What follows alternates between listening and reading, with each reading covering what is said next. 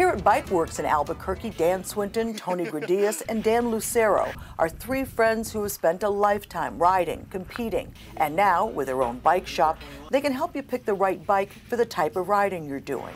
A lot of our trails are very rocky.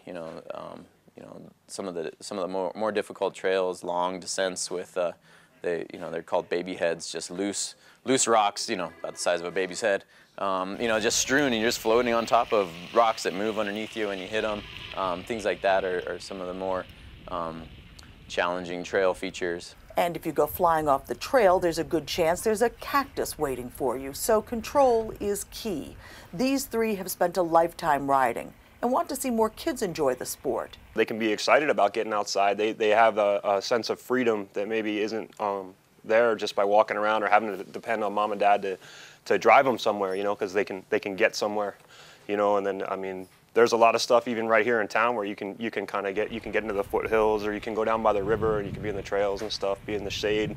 It's nice in the summertime, Started in high school, and actually one of my buddies sold me a bike for fairly inexpensive, and it all kind of took off from there. I bought the bike, my first mountain bike, for about 40 bucks or so, and he said, "Hey, I need 40 bucks," and I said, "I'll take your bike off your hands for you." And ever since then, it's just been awesome. I've been riding with my dad for about, I think I rode with him for about 2 or 3 years before I decided to finally start racing, anything like that. I rode all throughout high school, tail end of mid school kind of thing. It was just something to go do on the weekends or say after school or something like that. And it was pretty fun. We just go up to the foothills, something we can bang out in an hour or two, and come back home all beat up and bloody and everything, all proud of our scars and wounds or whatever we did. And kind of started from there. From that point, I did notice that I did like to do a little bit more of the gravity stuff a little bit more, because I just hated to climb. I wasn't a big fan of it. I hated the cross-country portion of it, but I like to go down as fast as I could. So how do you get started?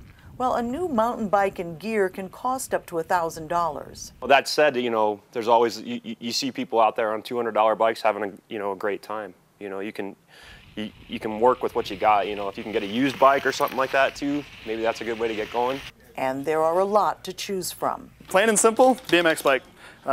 You ride it everywhere. You have one gear. You ride it throughout the neighborhood. Some kids are fortunate enough to grow up racing one of these, which that I think is kind of the solid base for everybody.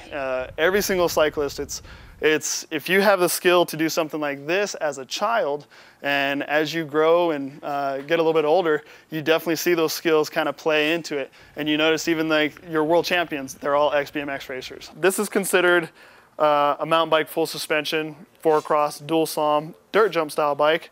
You can do everything on that bike that you can do on this bike. This is not as fast, not as responsive, but a whole lot more forgiving. And now they're being built with better brakes. This is more of a cross-country mountain bike. You'll notice the diameter of the wheels are a little bit different as they are over the last couple years.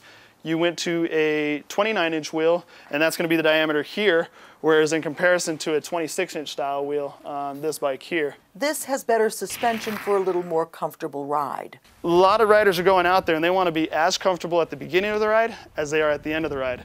You got guys going out there and doing 30-mile epic rides, going out, hanging out all day long. They're out for 6-7 hours, but they want to get on the bike, be just as comfortable when they left as when they come back. They don't want to let the bike beat them up. They want to make the bike do all the work for them. You can take that road bike, they're so versatile.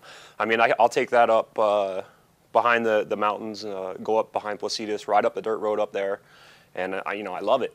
The technology keeps advancing, the bikes keep evolving, and there are a lot of choices depending on how you ride. So when you actually sit on it, you'll notice the amount, it slacks out a little bit more style like the BMX bike. Your cockpit is fairly short here. You stand upright on it, but it allows you to kind of plow through stuff. With the cross-country bike, the geometry is a little bit different. This, when you're sitting behind the bike a little bit more, so when you go down a hill, it absorbs quite a bit more from the front end. Whereas if you get on a cross-country bike, you'll notice the seat is actually a lot higher here, and your weight shifted a little bit more to the front end so that it can climb that hill a little bit easier. How fast? How long? Uphill, downhill, the types of trails, and of course what type of traction you'll need. Because New Mexico weather is fickle, especially in the high desert. Kids don't try this without adult supervision. A portion of this story was shot not too far from here, in the foothills of the Sandias. You'll also find a multitude of trails to ride on across the state on the New Mexico Game and Fish website at wildlife.state.nm.us. Click on the Recreation tab and look for the Gaining Access into Nature link.